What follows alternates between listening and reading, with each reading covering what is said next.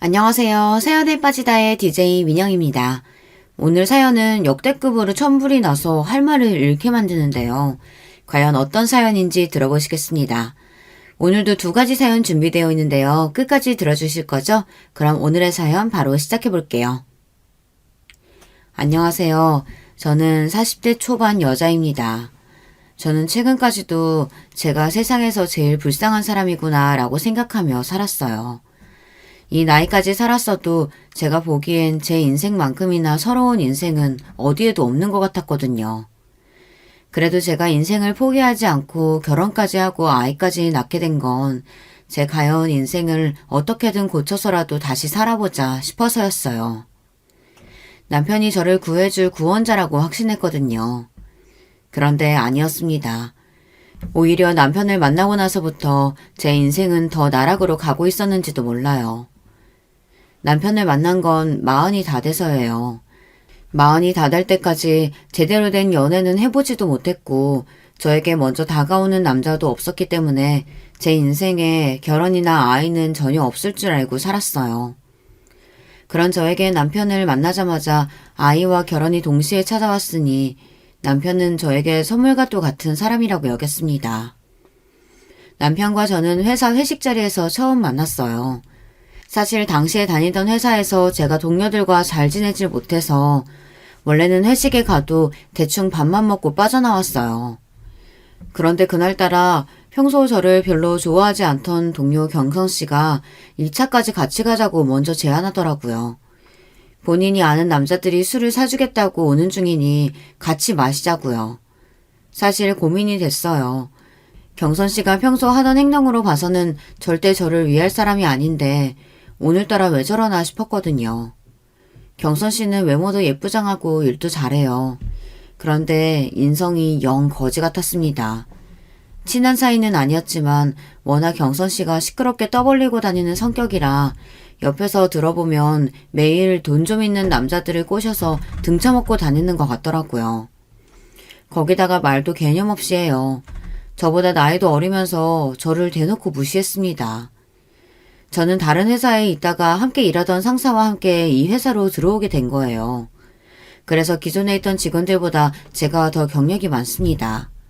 그런데 경선 씨는 자기는 서울의 4년제 대학을 나왔고 저는 전문대도 다니다 졸업을 못한 고졸인데 본인이랑 같은 업무를 하고 같은 직급이라는 것에 불만이 많았어요. 심지어 툭하면 저더러 낙하산 아니냐고까지 했습니다. 그날도 저는 전혀 2차에 갈 생각이 없었는데 경선 씨가 하도 같이 가자고 쫄라서 따라간 거예요. 처음엔 남자들 앞에서 제가 성격이 좋다는 둥, 귀엽게 생겼다는 둥 괜히 추켜 세우더니 나중에는 결국 본색을 드러내더라고요. 잘 알지도 못하는 남자들 앞에서 어김없이 헛소리를 하더라고요. 서영 씨는 볼수록 운이 좋은 것 같아요. 우리 회사가 아무리 이름 없는 중소기업이라고 해도 명색이 대기업 하청인데 고졸이 들어오긴 힘든 구조잖아요. 우리 중에 고졸은 서영 씨밖에 없기도 하고. 경선 씨, 벌써 그거 먹고 설마 취했어요? 또 무슨 소리를 하고 싶어서 그러는 거예요. 회사도 아니고 밖에서까지 버릇없이 시비를 거는 게 짜증이 나서 저는 인상을 팍 썼습니다. 그만하라는 식으로요. 그런데 이 여자는 아랑곳하지 않고 자기 하고 싶은 말을 떠들어댔어요. 서영씨, 아버지가 검사라면서요? 혹시 그 백으로 회사까지 들어온 거 아닌가 싶으니까 그렇죠. 내가 아버지 백으로 취직할 것 같았으면 더 좋은 회사에 가지. 뭐하러 이런 작은 회사에 들어와요. 경선 씨는 우리 회사를 너무 과대평가하는 거 아니에요? 아버지와 대판 싸우고 인연을 끊고 산 지가 한참인데도 저는 회사 사람들에게 무시당하는 게 싫어서 아버지가 검사라는 이야기까지 했어요. 그나마 가족 이야기를 하고 나서 제 외모나 학벌 가지고 무시하던 사람들이 더 무시하지 않았거든요. 저도 평소에 하도 당하고 살다 보니 사람 괴롭히는 인간들 상대하는 데에는 도가 텄습니다. 그러다 보니 저런 개념 없는 된장녀에게까지 지고 싶지 않았어요. 그런데 인생이란 게 한치 앞을 모릅니다. 제가 그렇게나 싫어하던 경선 씨가 아니었다면 남편을 만나지 못했을 거예요. 바로 그 개념 없는 경선 씨가 제 동서가 됐거든요. 남편이 경선 씨 대학 선배였어요. 원래 평소에도 자주 만나서 같이 술을 마시고는 했대요. 그날도 남편 지인들이 여자를 소개해달라고 조르는 바람에 같이 모여서 술을 마시기로 한 거였더라고요. 안 봐도 뻔하죠. 원래도 남자들한테 매일 술 얻어먹고 다니는 게 일상인 경선 씨가 그런 좋은 기회를 놓칠 리가 없으니까요. 그런데 하필이면 그날 제 인생에도 신기한 일이 생겼어요. 그렇게 여자 직원들이 많은데도 남편은 처음부터 저에게 관심을 보였습니다. 술자리는 3차까지 이어졌어요. 술자리를 하다가 남자들이 우르르 담배를 피우러 나가자 경선 씨는 기다렸다는 듯 본인이 마음에 드는 남자 이름을 말하면서 그 남자는 자기가 찍었으니 넘볼 생각하지 말라고 으름장을 놓더군요. 그 남자가 바로 지금의 제 남편의 남동생이자 바로 시동생이에요. 술자리를 주선한 남편이 자기 동생까지 데리고 왔거든요. 경선 씨는 술자리 내내 시동생에게 들러붙어서 여우짓을 하더라고요. 물론 남자가 마음에 들면 그럴 수 있습니다. 그런데 경선 씨가 시동생에게 꽂힌 이유가 어이가 없었어요. 저 선배 학교 다니는 내내 공부도 못하고 거지같이 다니길래 전혀 몰랐었는데 글쎄 알고 보니까 집도 좀 살고 저 동생은 대기업 다닌다지 뭐예요? 저 동생 인물은 좀 없고 멍청해 보이긴 해도 대기업이면 좀 만나보는 것도 나쁘지 않겠죠? 오케이, 어장에 추가. 경선 씨가 진짜 개념 없는 거야 알고는 있었지만 남자들이 자리를 비우자 남자들 외모 평가는 물론이고 직장까지 운운하며 평가를 해대더군요.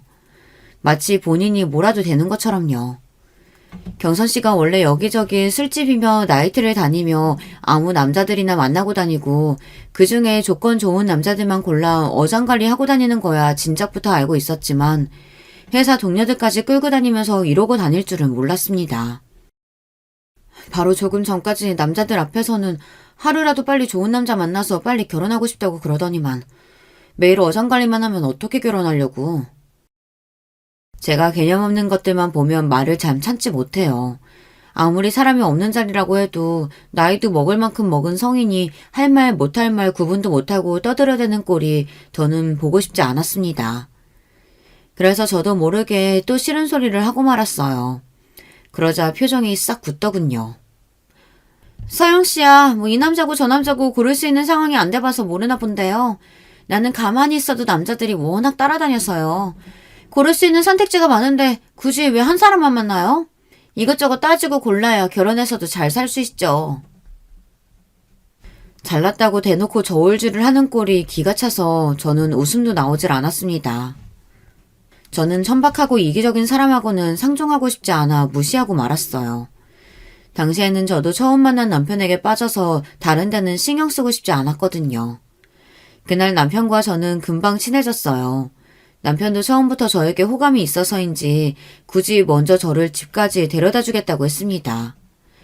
그 이후에도 남편에게 연락 와서 몇 번 따로 만나 데이트를 했어요. 그런데 생각지도 못하게 남편과 만난 지 얼마 되지 않아 아이가 생겨서 결혼까지 하게 됐습니다. 처음 아이가 생긴 사실을 알았을 때 저도 남편도 많이 당황했어요. 만난 지 3개월도 되지 않았을 때니 당연한 일이었죠. 남편은 이왕 이렇게 된 거 부모님께 인사를 드리자고 했어요. 시부모님께 먼저 인사를 드렸는데 그래도 흔쾌히 결혼 허락을 받았습니다. 둘 다 40 다 된 나이에 생긴 아이다 보니 이 나이에 자연 임신이 됐다는 게 축복이라고 오히려 좋아해 주셨어요. 금방 제 배도 나올 텐데 하루라도 빨리 부모님께 인사드리고 상견례도 해서 결혼 날짜부터 잡자고 하셨죠. 저는 당시에 친정 부모님은 물론 형제들과도 연을 끊고 만나고 있지 않을 때라 남편과 시부모님께도 확답을 못했어요. 그러다가 고민 끝에 제가 먼저 친정엄마에게 연락을 했습니다. 다행히 친정엄마와 형제들은 제 임신 소식을 축하해줬어요. 덕분에 몇 년 만에 만난 어머니와 형제들을 만나 이야기도 나누고 결혼 이야기도 했습니다. 하지만 친정아버지는 끝까지 저를 만나주지 않았어요. 결국은 제 결혼식에도 오지 않으셨습니다. 어머니 말씀이 제가 집을 나간 뒤로 몇 년 동안 연락도 하지 않고 산 것에 대해 아버지께서 괘씸하게 생각하신답니다. 더군다나 결혼 전에 임신부터 했다는 사실을 창피하게 여기신대요.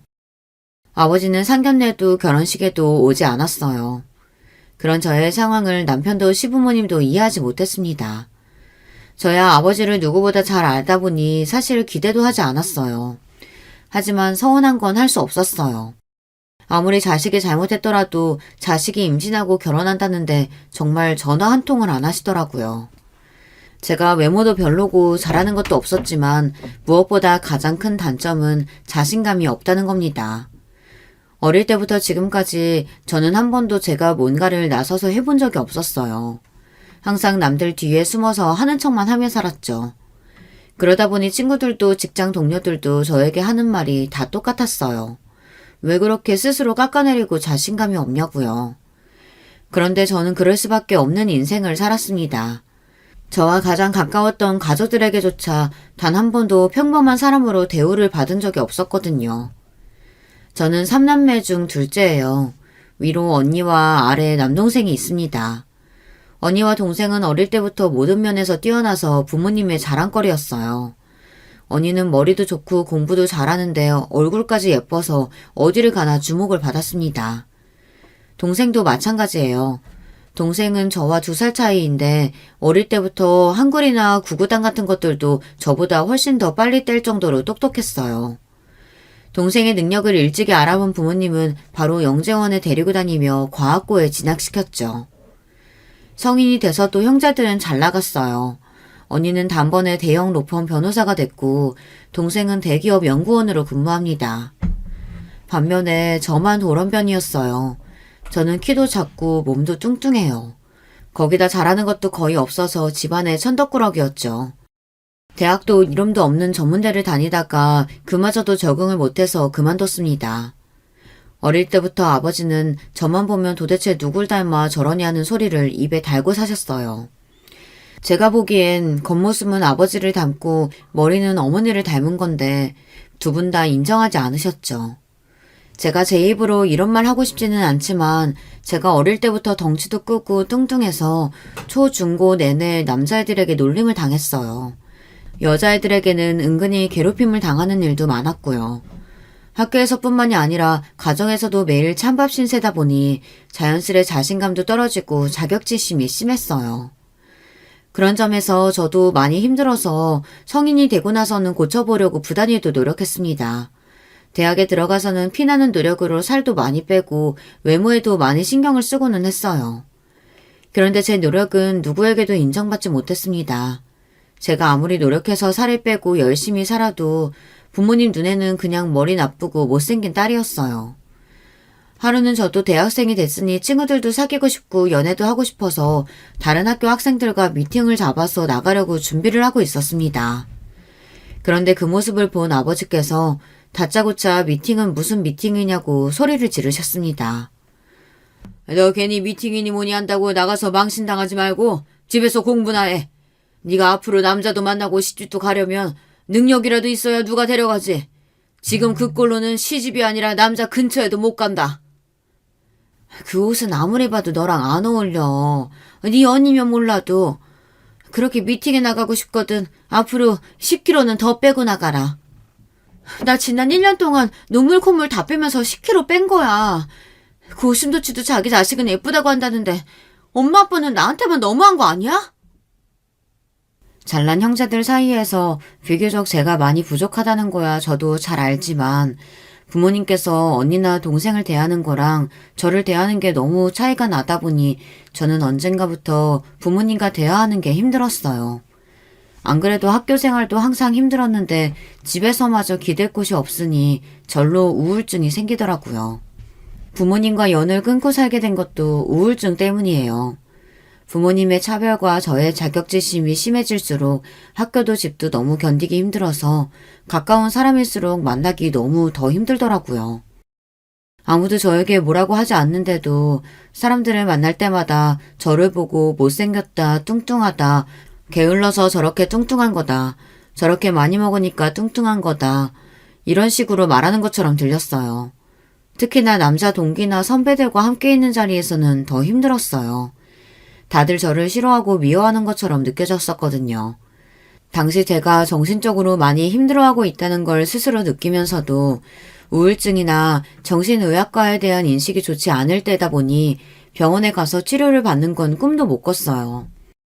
결국은 학교 생활을 하는 게 너무 힘들어져서 저는 부모님께 대학을 그만두겠다고 했습니다. 조금만 쉬다가 취직해서 일을 하겠다고 했어요. 제 말에 부모님은 말도 안 되는 일이라고 노발대발 하셨어요. 거지 같은 학교라도 대학 졸업장이라도 있어야지 사람 구실하고 살 수 있는 거라면서 끝까지 반대했습니다. 저는 제 마음대로 학교에 휴학계를 제출했어요. 사람을 만나는 것 자체가 너무 괴로운데 공부를 어떻게 할 수가 있겠어요. 그런데 제 휴학 사실을 알게 된 부모님은 저를 아무짝에도 소용없는 패배자 취급을 했습니다. 내가 그렇게 알아듣게 말했는데도 네가 멋대로 휴학을 해? 꼴랑 2년 전문대 다니는 것도 못하는 게 도대체 뭘 어떻게 살겠다는 거야? 평생 나한테 빌붙어서 살기라도 하겠다는 거야? 아빠가 뭘 걱정하시는지 아는데 제가 정말 너무 많이 힘들어서 그래요. 아무래도 우울증 같은데 휴학하고 쉬면서 치료받아야 될 것 같아요. 제가 아무리 성인이라도 이제 갓 20살이 넘었는데 뭘 알겠어요. 저도 부모님께 도움을 받고 싶어서 고민 끝에 조심스레 말씀드렸습니다. 그런데 제 말에 아버지는 미간을 구겼어요. 뭐? 우울증? 너처럼 걱정 없이 세상 편하게 사는 게 무슨 우울증이야? 아주 복에 겨운 소리를 하고 있네. 괜히 공부하기 싫다고 나약한 소리 말고 당장 내일 가서 휴학 안 한다고 다시 이야기하고 와. 안 그러면 이 집에서도 당장 쫓아낼 테니까 그런 줄 알아. 지금은 네가 아직 어려서 아버지 말이 야박하게 들릴지 몰라도 결국은 아버지 말이 다 맞아. 더군다나 네 나이에 정신병원 다닌 기록이라도 남으면 앞으로 취직은 어떻게 하고 시집은 어떻게 가니? 부모님 말씀에 저는 너무 서러워서 눈물이 왈칵 쏟아졌어요. 그리고 지난날 있었던 일들이 파노라마처럼 지나가면서 서러움이 몰려왔습니다. 아빠 엄마가 나에 대해서 뭘 안다고 그래? 나 초중고 내내 애들한테 매일 놀림당하고 따돌림 당했어. 그동안 내가 혼자 얼마나 힘들었는지 알아요? 네가 따돌림 당한 게 우리 탓이라는 거야 뭐야? 그러게 진작에 살도 좀 빼고 공부도 하지 그랬어. 네 언니랑 동생 좀 봐라. 예쁘고 뭐든 잘하니까 친구들이 알아서 따르고 학교 생활도 잘만 하잖아. 어이구, 도대체 누굴 닮아서 저렇게 한심한 소리만 해대는지. 그날 저는 태어나 처음으로 제가 부모님의 딸이라는 사실이 너무 싫었어요. 그리고 마음을 굳게 먹었습니다. 무슨 짓을 해서든 이 집을 떠나겠다고요. 저는 마음먹은 대로 해냈습니다. 휴학하자마자 악착같이 일자리를 구했어요. 그리고 1년 동안 월급을 차곡차곡 모아 집을 나왔습니다. 고작 보증금 2,000짜리 반지하 월세였지만 제가 스스로 해냈다는 것이 기뻤어요. 그리고 저는 집을 나온 이후 서서히 부모님과 거리를 두기 시작했어요. 그리고는 몇 년 뒤 아예 인연을 끊어버렸습니다. 물론 부모님이 보고 싶고 그리웠던 적도 있었어요. 하지만 저를 위해서라면 그 편이 더 나을 거라고 여겼습니다. 집을 나와 살면서 가장 먼저 한 건 정신의학과에 다니기 시작한 거예요. 아마 부모님과 살았다면 절대 못했을 일이었죠. 당시에 제가 다녔던 직장은 유명하고 큰 회사는 아니었지만 가족 같은 분위기였어요. 저의 진짜 가족과는 전혀 다른 분위기였죠.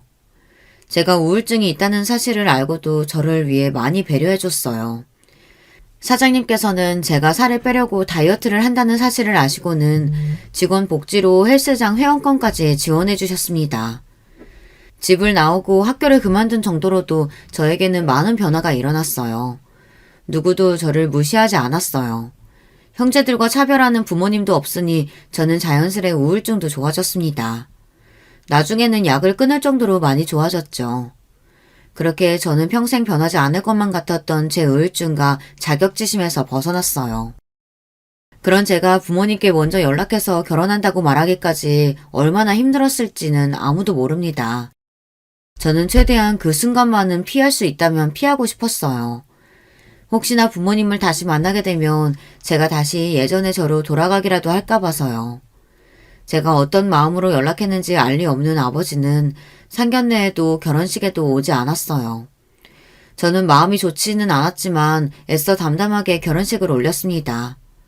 아이가 생겨서 갑작스레 한 결혼이었지만 저는 누구보다 행복하게 살고 싶었어요. 사실 저는 남편에 대해 아는 게 별로 없었어요.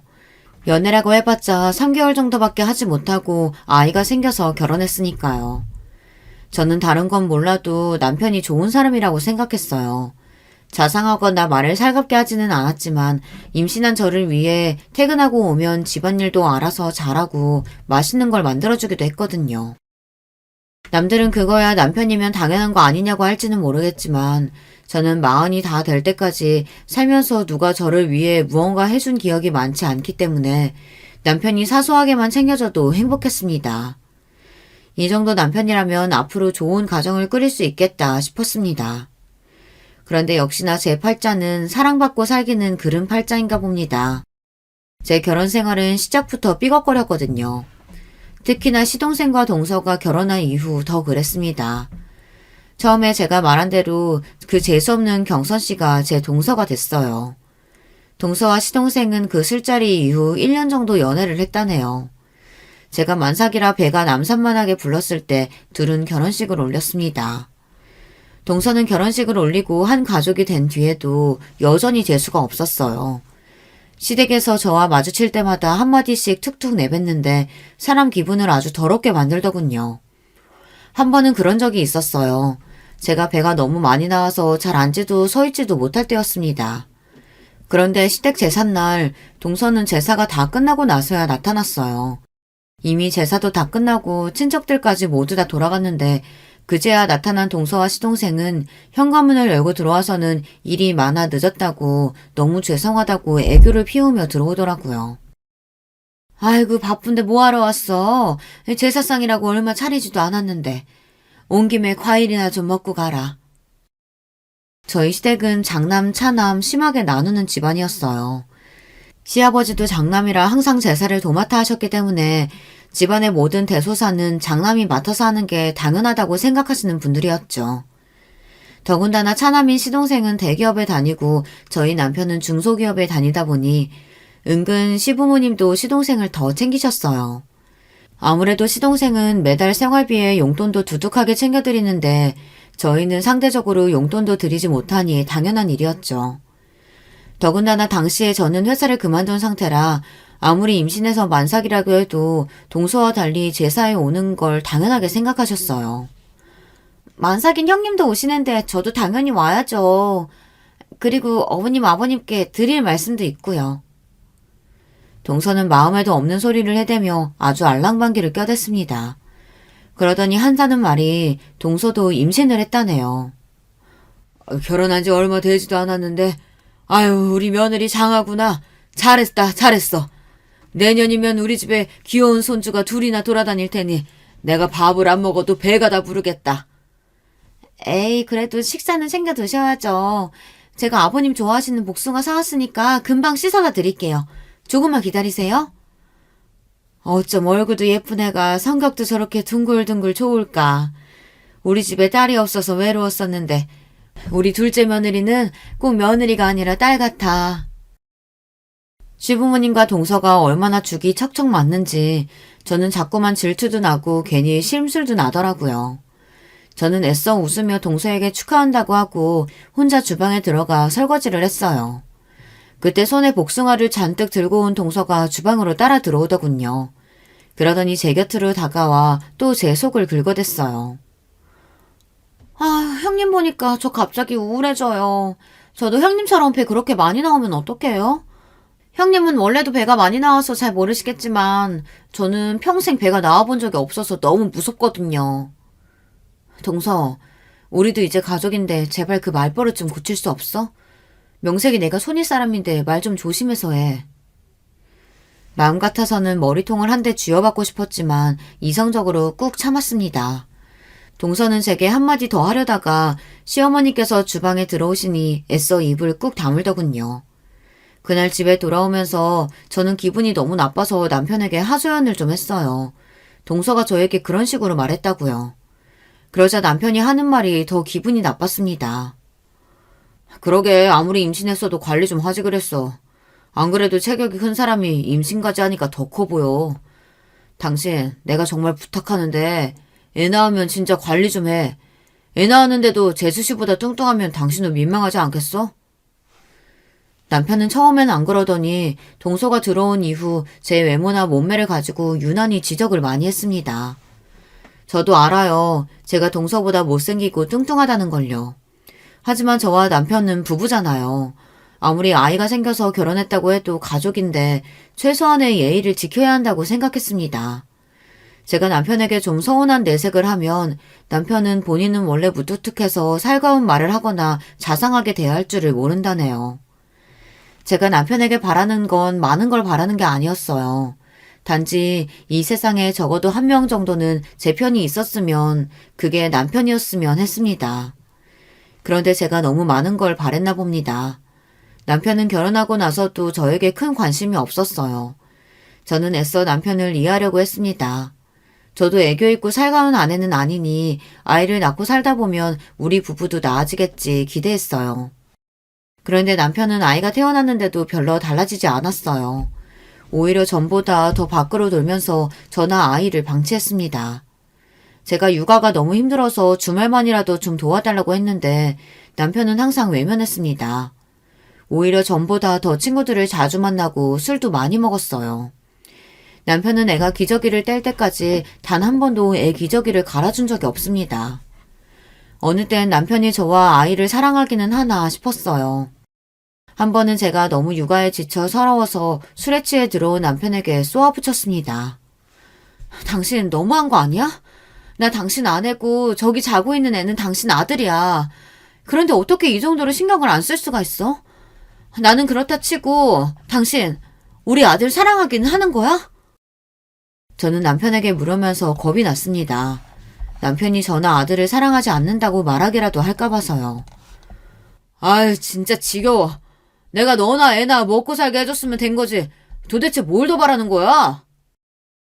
남편은 소리를 버럭 지르고 나서는 방문을 쾅 닫고 들어가 버렸어요. 그리고는 평소처럼 저와 아들에게 무신경한 채 지냈습니다. 그 순간 알겠더라고요. 남편이 저를 사랑해서 결혼하지 않았다는 걸요. 제가 걱정했던 대로 남편은 아이가 생겨서 할 수 없이 한 결혼이었어요. 차라리 그렇게 생각하고 나니 마음이 편하더군요. 저는 그날 이후 일절 남편에게 도와달라고 하지 않았습니다. 이제와 결혼을 물을 수도 없으니 아이를 키우는 동안은 그냥 이렇게 지내는 수밖에 없겠다 생각했죠. 그렇게 시간이 지나 아이도 어린이집에 다닐 정도로 자랐어요. 저와 남편은 여전히 대면대면하게 남보다 못한 사이로 살고 있었습니다. 그러던 어느 날이었어요. 그날도 어김없이 남편은 새벽이 되어야 집에 들어왔어요.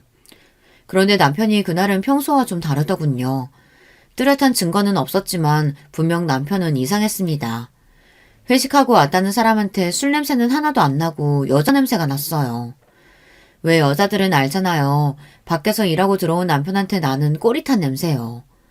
늦게 들어오는 날이면 남편에게서 항상 그 꼬릿한 땀 냄새가 났었는데 최근 들어 자꾸만 미묘한 방향제 냄새 같은 게 났어요.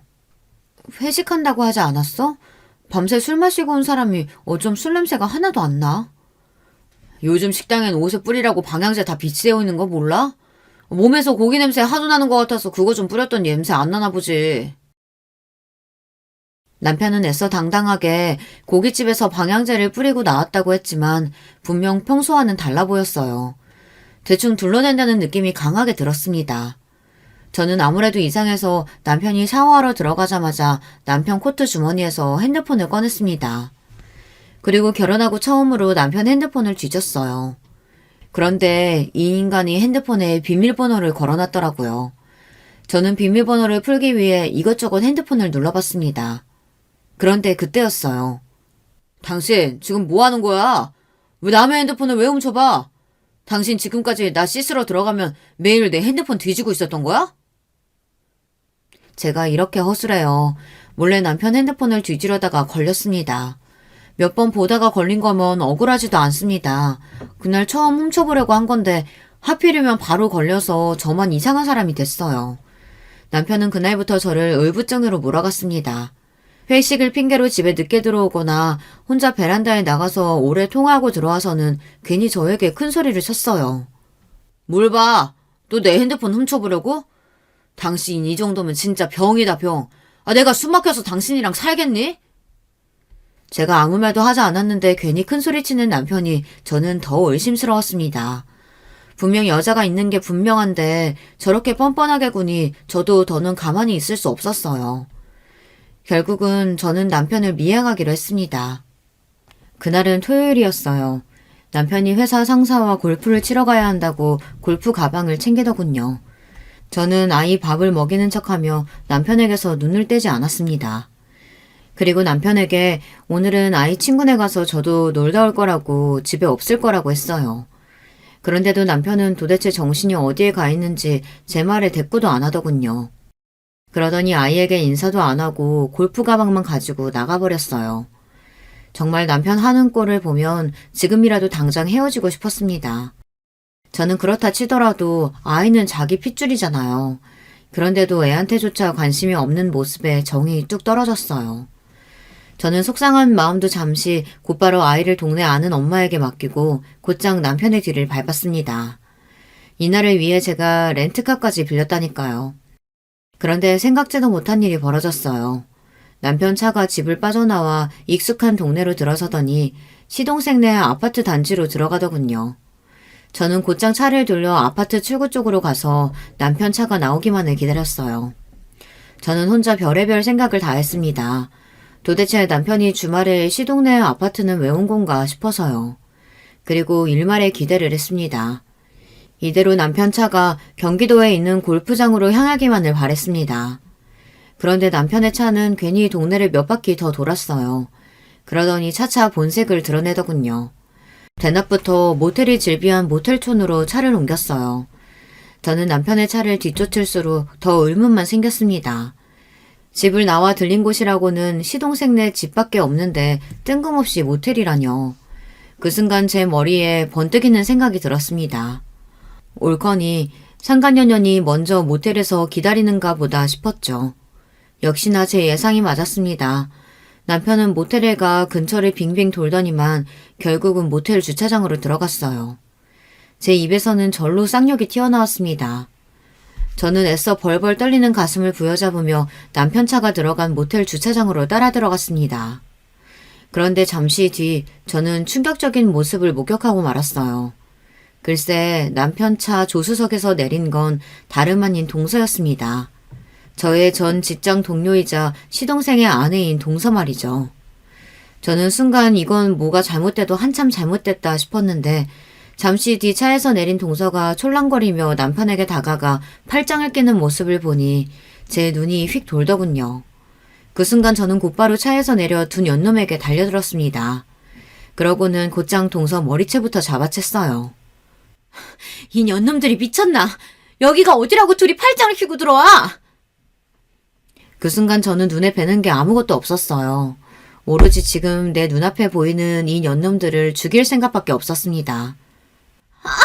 자기야, 이 여자 지금 뭐 하는 거야? 빨리 떼줘. 이 돼지같이 무식한 옆에 애야. 손 안 나? 뭐? 자기? 너 진짜 돌았니? 네 남편은 어디다가 두고 남의 남편 데리고 모텔에 들어가? 저는 동서 머리채를 잡은 손에 힘을 세게 주고는 마구 흔들어댔습니다. 그때였어요. 제 남편이자 제 아들의 아버지인 인간이 제가 동서 머리채를 흔드는 사이 세상에서 가장 찌질한 모습으로 도망치더니 차를 가지고 순식간에 도망쳐버렸어요. 저와 동서년을 모텔 주차장에 그대로 둔 채 말이죠. 순간 저는 물론이고 동서년까지 기가 차서 정신없이 모텔 주차장을 벗어나는 남편의 차 뒤에다 대고 소리를 질렀습니다. 정말 지금 생각해도 너무 기가 차고 어이가 없어요. 세상에 병신도 저런 병신이 있나 싶어서요. 그제야 제 손에서 벗어난 동서년이 적반하장인지 제 어깨를 밀어내며 지금 뭐 하는 거냐고 오히려 대묻더군요.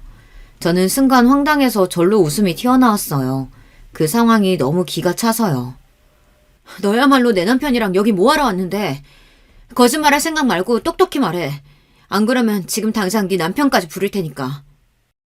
남편이 모텔을 벗어난 지 좀 됐는데도 저는 혼란스러운 마음이 좀처럼 나아지질 않았어요. 제 눈앞에 벌어진 이 상황을 어떻게 정리해야 할지 가늠조차 되질 않았죠. 그런데 그때였습니다. 갑자기 표정이 변한 동서가 말을 바꾸기 시작했어요. 어머 형님, 도대체 여기가 어딘데 저를 데리고 오신 거예요? 도무지 여기가 어딘지 모르겠네요. 동서는 갑자기 저더러 형님이라고 부르더니 여기에 왜 온 거냐며 발연기를 했습니다. 저야말로 어이가 없어서 멍하니 동서 얼굴을 노려봤어요. 그러자 다시 순식간에 얼굴이 변한 동서가 제게 바짝 다가오더니 욕을 퍼붓기 시작하더군요. 아씨, 대충 넘어가려고 했더니 네가 뭘 잘났다고 꼬나봐.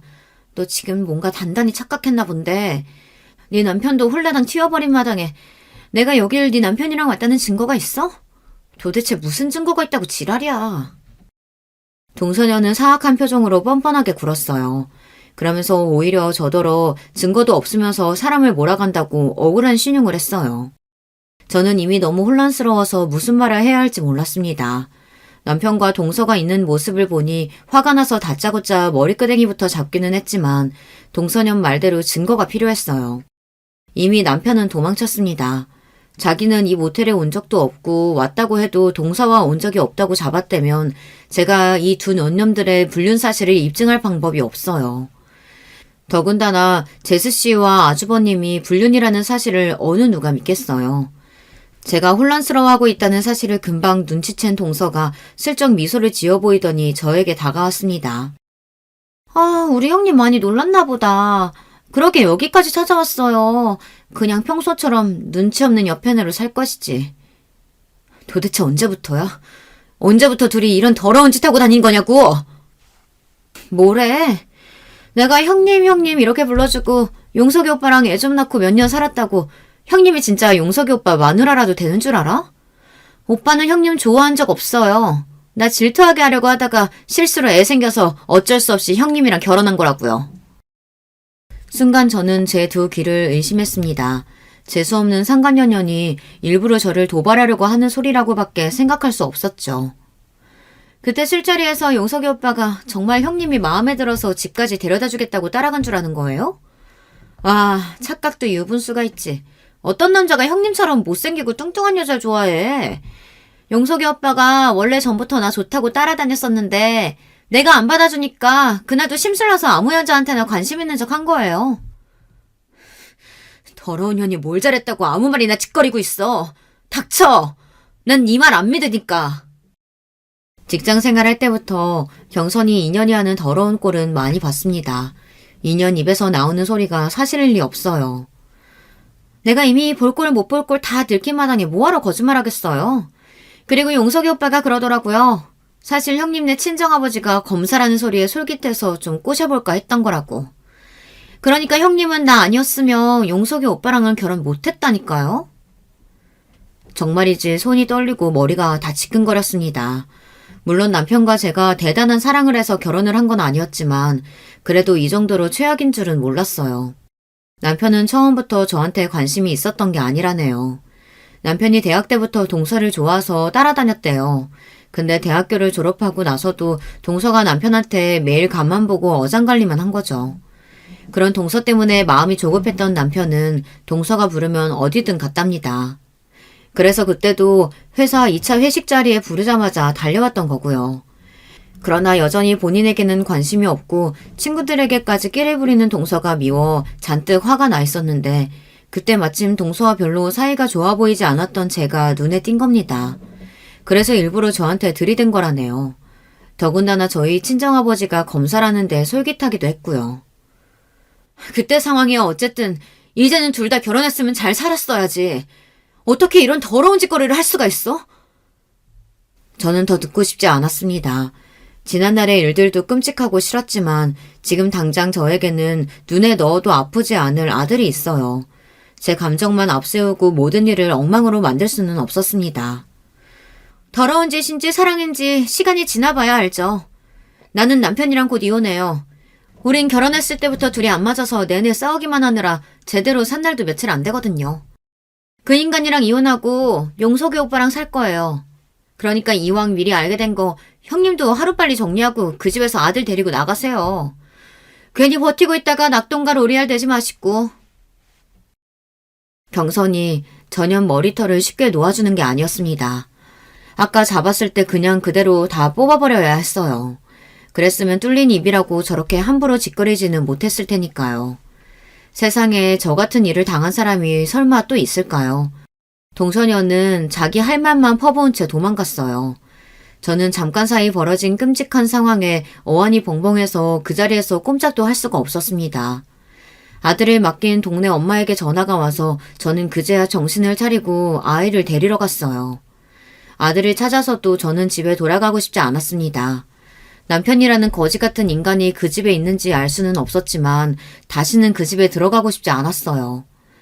저는 아들을 렌터카에 태운 채로 갈 곳도 없으면서 여기저기 몇 시간을 뺑뺑 돌다가 아이가 잠든 걸 확인하고는 그제야 차를 갓길에 세웠습니다. 그러고는 혼자 핸들에 얼굴을 묻고 울었어요. 저 자신이 너무 불쌍하고 초라해서요.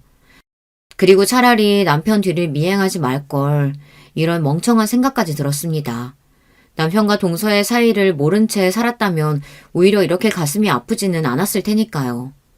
드디어 내 인생이 바닥을 쳤다 싶었던 바로 그 순간 왜인지 아버지의 얼굴이 떠올랐습니다. 제가 아는 사람 중 세상에서 제일 똑똑한 사람이 바로 아버지였으니까요. 저는 10년 만에 무슨 용기가 났는지 곧바로 아버지에게 전화를 걸었습니다. 그리고 잠시 뒤 믿기지 않은 일이 벌어졌어요. 10년 만에 아버지께서 제 전화를 받았습니다. 저는 아버지에게 무슨 말이라도 해야 할 것 같았지만 할 말은 아무것도 떠오르지 않고 눈물만 자꾸만 차올랐습니다. 아빠, 제발 전화 끊지 마세요. 사실 나 지금 죽고 싶을 만큼 힘들어서, 정말 너무 힘들어서 아빠한테 전화한 거예요. 제발 나 좀 도와줘요. 정말 이러다가 죽어버릴지도 모르겠다 싶은 마음이 드니 저도 모르게 울분이 차올라 애원하던 말이 튀어나오더군요. 아버지는 그제야 무슨 일이냐고, 결혼해서 잘 사는 거 아니냐고 물었습니다. 저는 10년 만에 듣게 된 아버지의 목소리에 순간 너무 서러워서 아이처럼 펑펑 울며 두서없이 제게 일어난 일들을 이야기했어요. 그리고 잠시 뒤 아버지는 저와 아들을 데리러 와주셨어요. 저는 그 길로 아버지를 따라 친정에 갔습니다. 지금부터 아버지 말 잘 들어. 아버지, 바로 몇 년 전에 부장 검사로 퇴직한 거 알지? 더군다나 네 언니는 대한민국에서 제일 유명한 로펌 변호사야. 아버지가 다 알아서 해결할 테니까 너는 아버지가 시키는 대로만 해. 그 순간부터 저는 아버지의 말대로 하기로 했습니다. 제가 아들을 데리고 나왔는데도 남편은 며칠 동안 아예 연락이 없었어요. 인간이 맞나 싶더군요. 본인이 저에게 저지른 짓이 있는데 연락조차 하지 않는다는 게 더 끔찍하게 싫었어요. 어쩌면 남편은 제가 그대로 영영 사라져주길 바랬는지도 몰라요. 그로부터 딱 일주일이 지난 뒤 남편에게 연락이 오더군요. 딱 제가 준비한 고소장이 도착했을 거예요. 야비한 인간은 역시 달랐습니다. 아내랑 아이가 하루아침에 사라졌는데 전화도 한 통 없더니만 고소장을 받고 나서야 저에게 전화를 한 거죠. 저는 남편의 전화를 일절 받지 않았습니다. 그리고 며칠 뒤 시댁 제사에 참석했어요. 시댁은 1년에 명절 포함 4번 정도 제사가 있거든요. 그날만큼은 시아버지가 장남이시라 시아버지 형제분들이 다 시댁에 모여요. 저와 지난 한 달 동안 연락이 안 됐으니 남편과 시댁 식구들은 저를 보자마자 다들 놀란 눈을 했습니다. 남편과 동서는 저를 보자마자 할 말이 많은지 어떻게든 말할 기회를 엿보고 있었지만 저는 그런 남편과 동서의 시선을 무시했어요. 이런 상황을 알 리 없는 시어머니는 저에게 어쩜 한 달 동안이나 연락도 안 하냐고 볼멘소리를 했어요. 역시나 예상대로 남편은 제가 집에 안 들어가고 있다는 이야기도 아직 안 했나 보더라고요. 거기다가 가소로운 동서녀는 저를 보자마자 아무 일 없었다는 듯 웃었어요. 그러고는 한다는 소리가 기가 막혔습니다. 어머님, 부부싸움 안 하는 부부가 어디 있어요. 형님이랑 아주버님도 좀 다투셨나 보죠. 저는 이해해요, 형님. 뻔뻔한 것도 능력이라면 능력이에요. 제가 보낸 고소장을 분명히 받았을 텐데 저렇게 태연하게 굴더라고요. 저는 그런 동서가 안 입고 와서 저도 똑같이 깔깔 소리 내며 웃어줬어요. 그치? 동서야말로 나를 제일 잘 이해하겠지. 아참, 그래서 동서는 서방님이랑 언제 이혼하는데? 저는 동서에게 언제 이혼할 거냐고 대놓고 물었습니다. 그러자 동서 얼굴이 금방이라도 터질 것처럼 빨개지더군요. 그리고 제사상을 준비하던 시댁의 다른 식구들마저 모두 거실로 나왔어요. 그러자 동서는 물론이고 시부모님까지 당황해 저에게 무슨 소리를 하는 거냐고 화를 내시더군요. 어머, 이 형님이 지금 무슨 소리를 하는 거야? 무슨 말은 무슨 말이야. 동서가 그날 분명히 모텔 앞에서 그랬잖아. 서방님이랑 이혼할 거라고. 태연하게 뱉어낸 제 말에 시부모님이며 남편까지 깜짝 놀라더군요. 그리고 다른 식구들은 쑥덕거리기 시작했어요. 그 모습에 시부모님은 미간을 잔뜩 꾸기며 동서에게 모텔은 뭐고 이혼은 또 무슨 소리냐고 물었어요. 동서, 어머님 아버님께 말씀드리기 어려울까봐 내가 따로 싹 준비해서 가져왔어. 여러분, 이것 좀 보세요. 이게 다 이 두 사람의 불륜 증거예요. 저는 미리 준비해온 불륜 증거 자료들을 가방에서 꺼내 던졌습니다. 그러자 제 눈치만 슬슬 살피고 있던 남편이 불이 났게 달려와 바닥에 떨어진 사진과 자료들을 헐레벌떡 줍더군요. 그 꼴이 아주 우스웠어요. 멍청한인가. 내가 설마 이것만 가져왔겠어? 여기 또 있지. 저는 잔뜩 복사해온 서류들을 아예 방 안 가득 던졌습니다. 저는 지난 한 달 동안 아버지와 언니와 함께 쉬지 않고 남편과 동서의 불륜 증거만 찾았습니다. 찾다 보니 더 어이가 없더군요. 이렇게 증거가 차고 넘치는데 어떻게 지금까지 몰랐을까 싶어서요. 아버지와 함께 일했던 검사들과 검사원들, 거기다가 언니 로펌 직원들까지 물심양면으로 도와줬어요. 지난 반년 동안 남편과 동서의 카드 내역, 블랙박스 기록만 따서 CCTV를 뒤진 정도만으로도 증거가 충분했습니다. 더러운 연놈들이 일주일에 서너 번씩이나 만났더라고요. 너희 사람 잘못 건드렸어. 너희들 덕분에 우리나라 최고 검사들이랑 변호사들이 다 힘을 합쳤으니까. 바닥에 떨어진 자료들을 확인한 가족들은 경악을 금치 못했습니다. 그럴만했죠. 세상에 아주버님과 재수씨 간의 불륜이라니요. 이건 사람과 전쟁에서도 나올까 말까한 막장 중에 개막장이었어요. 여보, 그만해. 우리 아들도 생각해야지. 수근거리는 가족들 사이로 제게 다가온 남편이 귀에 대고 조용히 속삭이더군요. 이제와 저더러 우리 아들 생각을 하라네요. 양아치 같은 인간이 그제야 아들 생각이 나나 보더군요. 개 같은 새끼. 바람 피울 때는 네 새끼 생각은 눈꼽만큼도 안 하더니만 이제 와서 뭐? 아들을 생각해? 웃기는 소리 하고 있네. 나한테 절대 합의는 없으니까 그런 줄 알아. 인연이 감히 내 인상에 똥을 뿌려? 너 내가 가만히 안 둘 거야. 너 이리 와! 동서녀는 이제 아예 다 끝났다고 생각하는지 저에게 달려들어 머리꺼댕이를 잡으려고 했습니다. 저도 이때다 싶어 아주 동서년 머리털을 다 뽑아버릴 작정이었죠. 그런데 그때였습니다. 시댁 문이 벌컥 열리더니 시동생이 들어왔어요. 그리고 새로운 반전이 일어났어요. 이경선, 인연 어딨어? 그 점잖은 시동생이 동서년 욕까지 하며 들어왔습니다. 그리고 새로운 서류를 바닥에 던졌어요. 그건 바로 다름 아닌 유전자 검사 서류였어요. 그리고 그 서류에는 더 쇼킹한 내용이 적혀 있었습니다. 와, 세상에. 어떻게 너 같은 년을 만나서 형수한테 듣고 수진이가 내 딸이 아닐 수도 있겠다 생각했었는데 내 딸이 아니더라.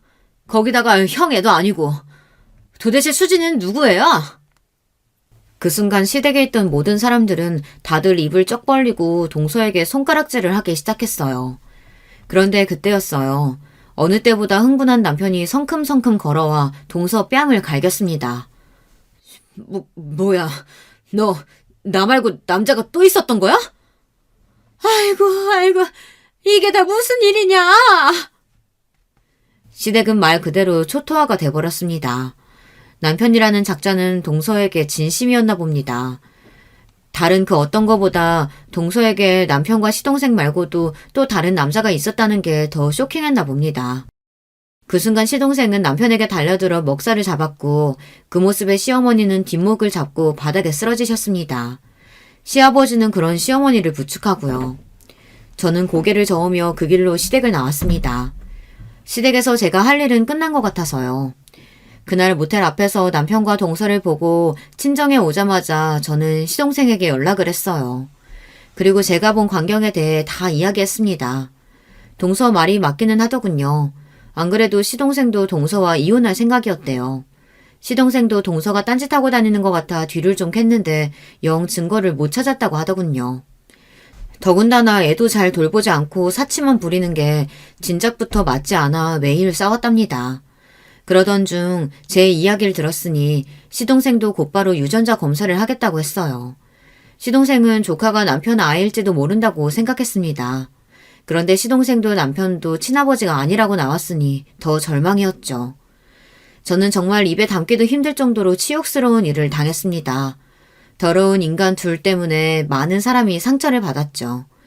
저는 며칠 전 이혼 확정을 받았어요. 하지만 아직 이혼 소송 중입니다. 물론 불륜 사실은 인정됐지만 위자료 소송이 아직 진행 중이거든요. 저를 담당하는 저희 언니가 제가 받을 수 있는 최고 위자료를 두 연념들에게 청구해서 소송이 좀 길어지고 있습니다. 저는 시일이 얼마나 걸리던 끝까지 싸워서 제가 원하는 만큼 다 받아낼 거예요. 이런 저에게 응원의 메시지 댓글로 많이 달아주세요. 여러분의 응원 댓글은 저에게 많은 힘이 될 것 같습니다. 들으시면서도 세상에 무슨 이런 거지 같은 일이 다 있을까 에너지 소비하면서도 끝까지 제 이야기 들어주셔서 감사합니다. 여러분의 가정에는 언제나 평화로운 일만 가득하시길 바랄게요. 여러분, 두 번째 사연 시작하기 전에 좋아요, 구독 꼭 눌러주실 거죠? 그럼 두 번째 사연 바로 시작합니다. 안녕하세요. 저는 언제 이렇게 나이가 먹었나 싶은 70대 중반 사람입니다. 대체 인생이란 건 평생을 뛰어다니며 살다가 누워서 젖은 끝을 볼 때까지 계속 힘든 일들이 생기는 걸까요? 이제 좀 고비 넘겼다 싶으면 또 생기고 살만하면 또 생기고 이 나이쯤 되면 그런 일은 없을 줄 알았던 제가 너무 순진했네요. 제 또래분들은 늘상 정신 똑바로 차리고 누구한테도 빈틈 보이지 말고 잘 살아가시길 바랍니다. 저는 겨우겨우 망신은 면했지만 아직 상처가 아주 아리게 남아있거든요. 전 어릴 적에 엄마 아버지 없이 자라서 친척 집에 맡겨져서 힘들게 자랐습니다. 그래도 형제들이 많아서 그런지 서로서로 의지하며 지냈어요. 전쟁 중에 엄마 아버지와 큰오빠까지 먼저 갔지만 그래도 제 바로 위에 있는 언니가 저를 엄마처럼 챙겨줬죠. 을순아, 이제 언니만 잘 따라다녀. 알았지? 정신 똑바로 차리고 살아야 해. 엄마 아버지 안 계시니까 우리끼리라도 똘똘 뭉쳐서 잘 살아가야겠는다고. 우리는 7남매였는데 장남이었던 큰오빠 아래로 줄줄이 언니들이 있었고 중간에 작은 오빠도 있었어요. 그런데 오빠가 잘못 먹어서 그런지 늘 비실비실거렸고 언니들은 그런 오빠를 늘 걱정했답니다. 막내인 저는 뒷전으로 밀려났었는데 그나마 여섯째인 영순 언니가 주먹만한 밥이라도 갖고 와서 저를 떠먹여주곤 했답니다. 하지만 그렇게 힘들게 살던 중 우리는 큰 사건을 겪고 말았어요. 이때 우리는 어촌에 살고 있었는데 그 당시 일은 70대가 된 지금도 아주 선명하게 기억이 납니다. 바로 우리 작은 오빠, 그 마르고 병약하고 못 먹어서 늘 말라있던 명수 오빠가 말이에요.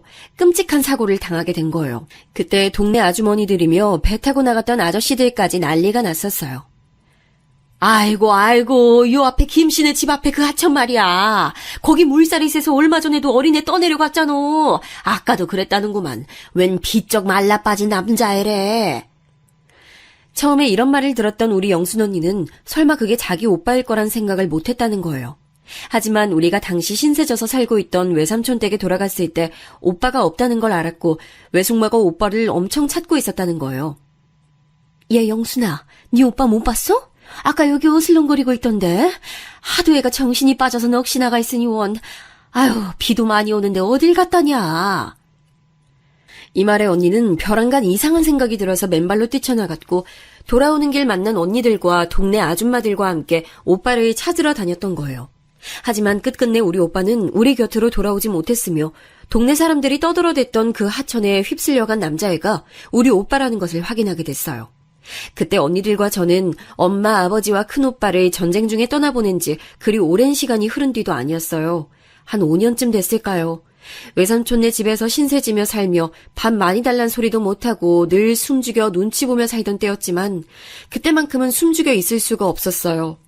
그렇게 정을 많이 주지도 못하고 늘 골칫덩이였던 작은 오빠였지만 그 얼빠진 오빠, 나에게 늘 동생처럼 바보 같은 소리만 하던 어수룩한 오빠가 참변을 당했다니 어린 저도 가슴이 찢어져서 견딜 수가 없었어요. 하물며 누나들이었던 제 위에 언니들은 늘 그렇게 말라 빠지고 눈만 퀭하게 튀어나와서 침만 질질 흘리는 남동생을 너무 안쓰러워했었어요.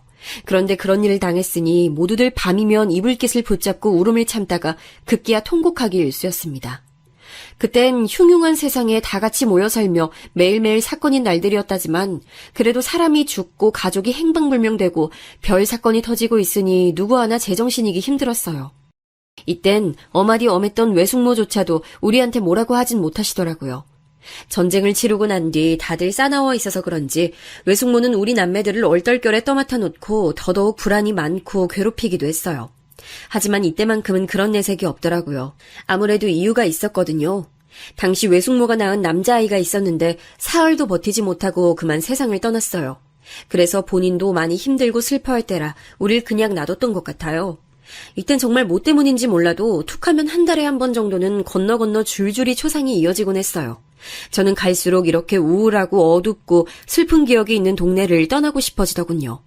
결국 몇 년 더 살다가 각자 우리는 다른 지방으로 넘어가게 됐답니다. 큰언니는 군인을 만나서 결혼했고 다른 언니들도 일찍이 시집들을 갔어요. 저만 끝까지 버티다가 느지막이 시집을 갔는데 하여간 인생이란 숨 쉴 틈을 주지 않더군요. 결혼할 때 돈 한 푼 없이 왔다며 시어머니한테 아주 모진 시집살이를 당했거든요. 어디 겁도 없이 그 짓짝을 하고 기어들어와가지고는 몸이라도 빨리빨리 움직여야지 그렇게 둔에 빠져서 뭘 하냐? 우리 민식이 같은 서방 얻었으면 말귀도 빨리 알아듣고 부지런히 일하란 말이야. 아유, 어디서 저런 못난 일을 얻어갖고 와가지고 아유, 동네 데리고 다니기도 창피해 아주. 우리 어머니는 정말 너무 독하신 분이었어요. 당시 만두집을 하고 계셨는데 장사가 썩 안 되는 집이었고 얼굴에 곰보가 있는 시누이 때문에 늘 맘고생이 심하셨거든요. 그런 화풀이를 늘 저한테 해대셨던 거죠. 게다가 시누이 역시 얼굴 때문에 기차게 욕을 들어먹었는지 늘상 화가 어지간히 많은 사람이었어요. 자기는 시집도 못 갔는데 인물은 없어도 피부는 깨끗한 제가 꼴보기 싫었나 봐요. 새언니는 몸이 그렇게 둔에 빠져서 어떡해요? 그럼 만두라도 잘 빚든가. 아, 맨날 그 모양으로 만들 거면 나가서 만두라도 부지런히 팔아요. 그러니 우리 엄마가 언니를 싫어하지. 조만간 우리 오빠도 언니 버리면 어쩌려고 그래요? 우리 오빠 얼마든지 세상가 갈 수 있는 사람이에요. 정신 똑바로 차려요, 네? 맨날 저에게 독한 말을 퍼부어대던 시누이는 나중에 용케도 동네 아저씨가 소개를 시켜줘서 시집을 갔어요. 하도 구박을 받았던 제가 애를 늦게 가졌는데 때마침 시누이도 비슷한 때에 시집을 가서 바로 애를 가졌어요. 둘이 비슷한 때에 아기를 낳게 됐고요. 이때도 어머니는 무지막지한 차별을 하시며 본인 아들을 옆에 앉혀두고도 제게 막말을 퍼부으셨어요. 우리 명자는 애 놓느라 아주 고생했는데 내가 가서 챙겨주지도 못하니까 돈도 좀 주고 뭐 좀 갖다 줘야겠다. 애미 너는 얼른 애 업고 나와서 솥도 찌고 팔고 부지런히 움직여. 네 서방 등골만 맨날 그렇게 파먹고 빈대처럼 기생하면서 사는 거 아니야. 옛날 여자들은 너같이 안 살았어. 너처럼 서방 떡에 호강하는 애가 어딨냐?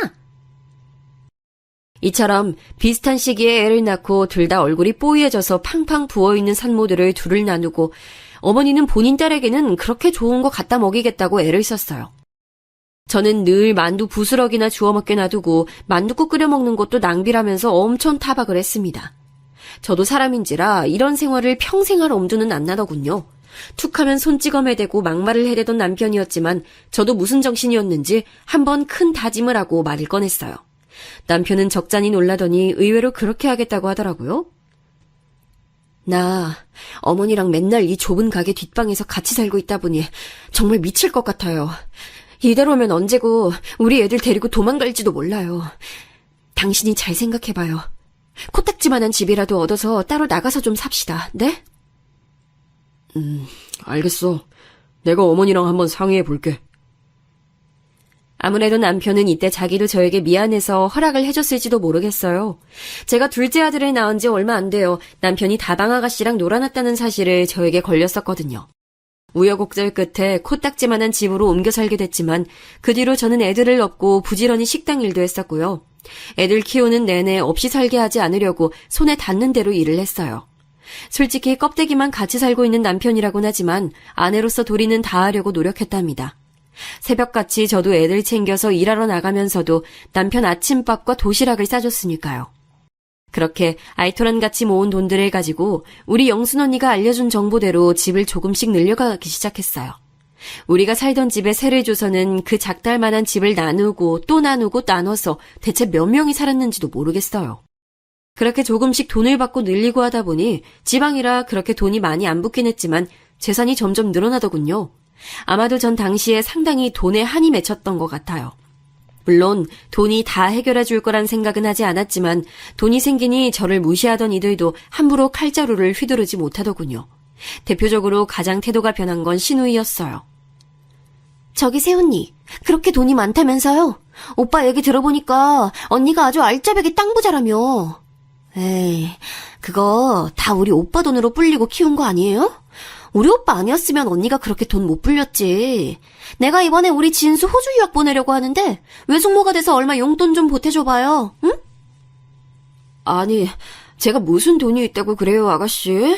네, 참.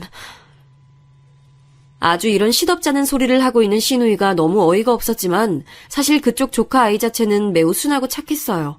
지 엄마가 얄미울 뿐 애는 잘못이 없고 착했기에 가는 길에 얼마 용돈을 쥐어주긴 했답니다. 하지만 제가 어느 정도 부를 좀 잃었다곤 하지만 여전히 자잘한 돈은 아껴 쓰고 규모 있게 살았어요. 솔직히 남편은 제가 이렇게 재산을 늘리고 모으기까지 도움이 된 건 전혀 없답니다. 신우이랑 싸우기 싫어 대꾸는 안 했지만 남편이 준 돈은 얼마 되지도 않았거든요. 병아리 눈물 같은 생활비를 줘놓고 밥을 어찌 차려라 하고 맨날 술고래가 돼가는 그 인간을 애들 아빠랍시고 그냥 참아줬고요. 제가 애들 업고 나가서 식당에서 번 돈 갖고 밤이고 낮이고 발 부르트게 돌아다니면서 땅을 봤었거든요. 그리하여 돈을 불린 거고 나이 먹으니 남편도 죽기 전까지 제 눈치를 봤답니다. 당신 덕에 내가 이만큼 살았지 뭐. 이 김민식이가 자네한테 신세를 많이 줬어. 그럼 그렇고 말고. 아무튼 그러다가 아들 둘을 각각 장가 보냈는데 하여간 이것도 기가 막힌 사연이라고 생각해요. 특히 큰 며느리 같은 경우는 우리 아들보다 한 살 위였거든요. 키도 크고 체격도 있고 누가 봐도 누나 동생 같아 보이는 모양새라 전 썩 마음에 들지 않았어요. 그런데도 그렇게 우리 아들이 좋다고 쫓아다니고 결혼을 하겠다고 자기가 끌고 오다시피 한 거예요. 저 어머니, 저희 얼른 결혼 허락해주세요. 창민 씨도 저 없으면 못 살걸요? 일찍 결혼해서 애 낳고 어른들에게 효도하면 너무 좋잖아요. 네? 당시 전 마음의 준비가 안 돼 있어서 덜컥 아들을 보낼 생각은 없었지만 저렇게 하겠다고 우겨대니 어쩔 수 없이 결혼시켰습니다. 결혼 후에도 얘네들이 잘 지내는 것 같았고 사실 전 며느리랑 막 자주 보는 게 불편하더라고요. 다른 엄마들은 안 그러는 것 같은데 말이에요. 대표적으로 우리 신우이는 지 자식 장가 보내놓고 허한지 맨날 저한테 연락을 해대서 들어줬는데요. 그렇게 본인 며느리랑 나쁘게 지내는 모양이었어요. 언니는 왜 며느리랑 잘 안 보고 지내요? 그 맛에 아들 장가 보내고 호강 누려야지. 난 완전히 실패했지만 말이야. 에휴, 초반에 애들 집도 구경 가고 했는데 애가 어찌나 날석에 구는지 그거 버릇 한번 잡겠다고 뭐라고 했거든? 그랬더니 아주 눈이 뒤집어져가지고 대드는 거야. 아니, 처음에 그러는 줄 몰랐다니까. 근데 언니네 며느리는 결혼식 때 보니까 아주 참하게 생겼더만. 우리 며느리처럼 성질 더럽진 않을 것 같아. 신우이 얘기를 들어보니 나라도 저렇게 자주 드나드는 시어머니는 싫을 것 같더라고요. 그리고 딱히 우리 며느리라고 그렇게 순한 성격도 아니었어요.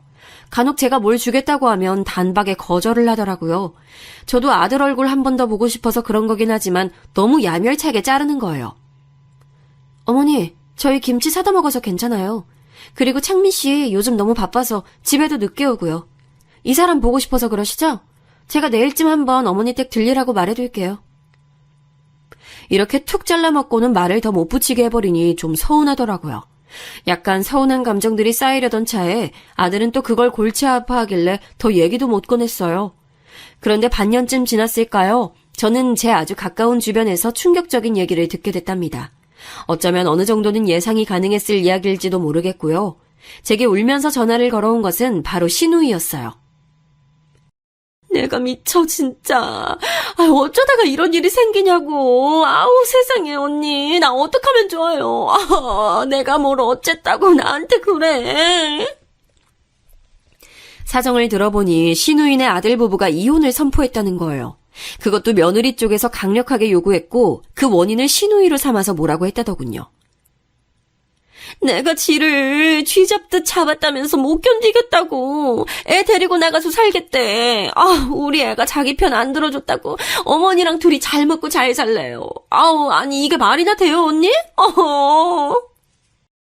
신우이는 말도 제대로 이어가지 못하고 한탄을 했고 살고 싶은 의욕이 없다면서 계속 통곡하는 그 모습을 저는 멍하니 달래주기만 했어요.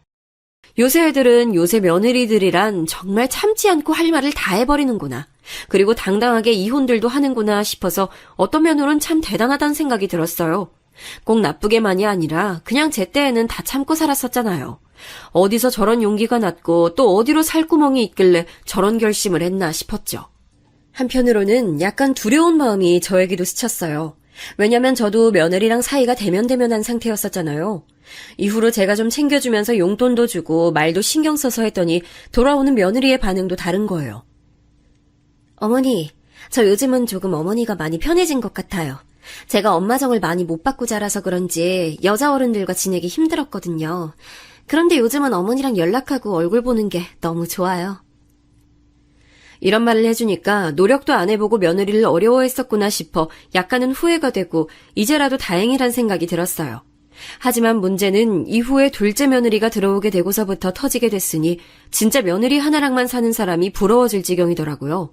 자식도 늘어날수록 근심이 생기듯 며느리가 늘어나는 것도 마찬가지였어요. 둘째 며느리는 아주 늘씬하고 외모도 예쁘장한 미인 아가씨였어요. 우리 아들이랑도 아주 마음에 잘 맞았고 둘이 연애하면서 결혼하네 어쩌네 말이 계속 있었죠. 이쁘장한 아가씨인데 집 형편이 넉넉지 않아서 혼수 마련이나 여러 가지로 준비하는 데 시간이 좀 걸렸어요. 그래도 둘째가 좀 더 애교도 많고 무뚝뚝한 큰며느리보다는 대하기 쉽긴 했었답니다. 어머니, 저 엄마라고 불러도 돼요? 예전부터 시엄마랑 잘 지내는 친구들이 너무 부럽더라고요. 저도 그렇게 지내보고 싶었어요. 나이도 어리면서 애교도 많고 나름 귀여운 구석이 있는 둘째는 저랑 잘 지내는 편이었지만 문제는 지 형님인 큰며느리와의 관계였답니다. 저한테 전화를 걸어서 잘 지내기 힘들다면서 울어대는 거예요. 엄마, 우리 형님 정말 저를 너무 피곤하게 해요. 아니 이번 명절에도 글쎄 자기 전 부치게 꼭두새벽부터 자기 집으로 오라는 거예요. 아니 그냥 엄마네서 모이면 되는데 왜 이렇게 일을 2번, 3번 하게 만드는 거예요? 저번에도 한번 일머리 없이 재료만 잔뜩 많이 사와가지고 그때 요리 시작도 못하고 채소 다듬기만 했잖아요. 저 진짜 형님이랑 안 맞아요. 엄마가 좀 뭐라고 야단 쳐주세요. 이 사이에서 정말 갈팡질팡 어쩌지도 못하고 명절날 오기 싫다고 난리를 쳐대니 뭐라 해야 할지 모르겠더라고요. 특히 큰며느리는 제가 직접 본 상황은 아닌데 엄청나게 화가 나서 절대 뜻을 굽히지 않겠다는 거예요. 저도 돈 여유 있는 거 아닌데 자꾸 동서가 이것저것 돈이 없어서 못 해온다는 둥, 지네는 지방 살아서 여유가 없다는 둥 계속 그러잖아요. 이건 완전 시비 거는 거나 마찬가지 아니에요? 게다가 저한테 뭐라고 하는 줄 아세요? 뭐가 그렇게 불만인가 했더니 이 말 듣고 저도 약간 기가 차긴 했답니다. 둘째를 그렇게 보진 않았는데 내심 속으로 자격지심이 있었나 보더군요. 저보고 형님은 어머니가 서울에 집 해주셔서 좋겠다면서 계속 비꼬는 거예요. 자기는 애 이제 막 낳고 지방에서 왔다 갔다 하느라 얼마나 힘든 줄 아냐고요. 아니 그게 제 잘못이에요 어머니? 그러면서 애 데리고 먹을 거 싸갖고 오는 거 힘들다고 저보고 좀 다 하면 안 되냐는 거예요. 진짜 저보다 적당히 어린 것도 아니면서 아주 버릇이 없어요. 큰며느리는 씩씩거리면서 지 동서를 집에 들이기 싫다는 투로 말을 하더군요. 둘째에게도 연락해서 슬그머니 떠봤더니 당연히 서울에 지내는 집을 안 사줘서 불만이란 얘기를 하진 않았어요. 그런데 대책에 지 형님 욕을 하면서 죽어도 명절 때 안 올 거라고 하는데 진짜 속이 답답하더라고요. 아들들한테 연락해보니 다들 가운데서 죽겠다는 소리만 하고요. 도저히 안 되겠어서 그냥 다들 싹 다 불러드렸어요. 아주 입들이 툭 튀어나와서는 씩씩거리면서 왔더라고요. 전 숨을 크게 들이쉬고 말했고 제 말에 며느리 둘 다 눈이 빠질 듯이 동그래져가지고 절 쳐다보더군요. 니들 사정 잘 알았다. 이러니 저러니 해도 내가 옛날 얘기를 해야겠어. 나도 니들만 할 때 형님 동서들 사이에 껴서 보통 힘들게 산 게 아니야. 시어머니도 아주 독살맞게 괴롭혔고 명절 때만이 아니라 아무 날 아닌 때도 끌려가서 밥하고 수발 들고 그랬어. 니들한테 내가 그러라고 하기랬냐, 뭐랬냐, 어? 아이, 제발 그렇게 요란스럽게들 싸우지 좀 말고, 며느리 둘밖에 없고, 시어머니 얼굴 볼 일이 명절밖에 없으면, 감사한 줄 알면서들 살아, 응? 그러면서 저는 준비해두었던 봉투를 각각 며느리들에게 건넸어요. 둘 다 이게 뭐냐는 얼굴로 저를 쳐다보길래 알면서 뭘 그러냐는 말을 바로 이었답니다. 돈이지 뭐야 이게. 싸우지들 말고 돈 없다고 죽을 상 인상 쓸지들 말고 니들 며느리로 살고 살림 꾸리면서 사느라 고생들 하니까 용돈 해놓으라고 준 거야. 그러니까 우는 소리 하지 말고 적당히들 잘 살아. 알았어? 이때 전 봉투에다 각각 300만 원씩 넣어서들 줬어요. 많으면 많고 적다면 적은 돈이었지만 잠잠하게 하는 데에는 돈이 최고란 생각이 들더군요. 결국 얘네들 꽁기꽁기해서 서로 돈 없다고 징징대는 걸 보니 그걸로 틀어막는 수밖에요. 둘 다 곧장 바로 받긴 민망했는지 입은 여전히 나와 있었지만 둘째는 대충 봐도 콧구멍을 벌렁거리는 것이 기분이 좋아 보였어요. 네, 엄마. 감사히 잘 쓸게요. 그런 것 때문에 그런 건 아닌데. 감사합니다. 큰며느리도 나중에 저한테 고맙다고 문자를 보내왔더라고요. 장문으로 쭉쭉 보내왔길래 그런가 보다 하고 말았어요. 하지만 다음날 저녁쯤 저는 아주 황당한 내용의 문자를 한 통 받아보게 됐답니다. 그 문자를 읽고 뒤통수가 뜨거워지다 못해 익을 만큼 달아올라서 내가 뭘 본 건가 싶었어요. 그리고 제가 읽고 있는 사이에 급작스럽게 그 메시지는 알아서 삭제돼 버리더군요. 누군가 읽었다는 걸 알고 그리고 잘못 보냈다는 것을 알고 저렇게 지워버린 거예요. 대체 어머니 세대 때 얘기를 우리한테 하면 어쩌라는 거야? 뭐 그럼 그때처럼 가 쓰고 말 타고 다니던지. 하여간 너무 꼰대 같아 어머니는. 이렇게 적혀있던 메시지였고 대체 누구한테 보내려고 했던 건지 모르겠지만 큰며느리는 단톡방에 이 메시지를 올렸다가 곧장 지워버렸어요. 제가 읽었을 거라고 상상을 못하는 건지 아니면 그렇게 생각하고 싶지 않은 건지 몰라도 아무튼 조용하더군요. 전 너무 아연실색해서 애들 장가 보내고 하던 즈음 세상을 떠나버린 남편 생각까지 나는 게 아니겠어요. 살면서 늘 징글징글하게 느껴지던 인간이었고 세상을 떠나던 순간에도 떠나고 나서도 딱히 그 인간 생각이 나본 적이 없었어요. 그런데 순간적으로 왠지 너무 마음이 허하고 외로워지는 거예요. 아들들은 장가 보냈고 며느리 쪽 사람들이 됐고 그리고 그쪽 사람들도 잘 살아야 서로 편한 건데 그럼 나의 이 허한 속은 누가 달래주나 참 외롭더군요. 이때 참 라디오도 많이 듣고 사람 목소리가 나오는 뭔가가 듣고 싶어서 유튜브 영상도 많이 찾아 들었답니다. 유명한 강사님들 강의도 듣고 많이 울면서 속을 달랬어요. 그런 것들을 추천해 준 건 제가 자주 가는 단골 미용실 원장 아줌마였어요. 아이고, 나는 무자식이 상팔자라고 생각해. 일찍이 우리 애 아빠랑 이혼하고 애들도 다 시집 장가 보내놓고 연락 딱 끊었어. 내가 원래 아들, 딸이랑 사이가 별로 안 좋아. 어릴 적에 내가 잠깐 걔네 놔두고 나갔었거든. 커서도 연락해서 얼굴도 보고 내가 용돈도 주고 결혼식도 가고 했는데 그렇게 한이 많은가 봐. 아유, 그냥 다 신경 끊고 살기로 했어. 언니도 자식들 너무 의지하지 마요. 유튜브나 봐. 요즘 좋은 거 많더라고. 이분의 의견에 다 동의하는 건 아니지만 확실히 저한테 좋은 걸 알려주긴 했어요. 그나마 나이 먹고 마음 터놓기도 힘들고 왜 그렇게 제 세대들이 유튜브를 많이 찾고 듣는지 알겠더라고요. 아무튼 허한 마음을 갖고 한동안 며느리 둘과도 거리를 두며 지냈었는데요. 그러던 어느 날 갑자기 둘째 며느리한테 연락이 온 거예요. 밖에서 식사 좀 하자며 아가도 저를 보고 싶어 한다면서 나온다더군요.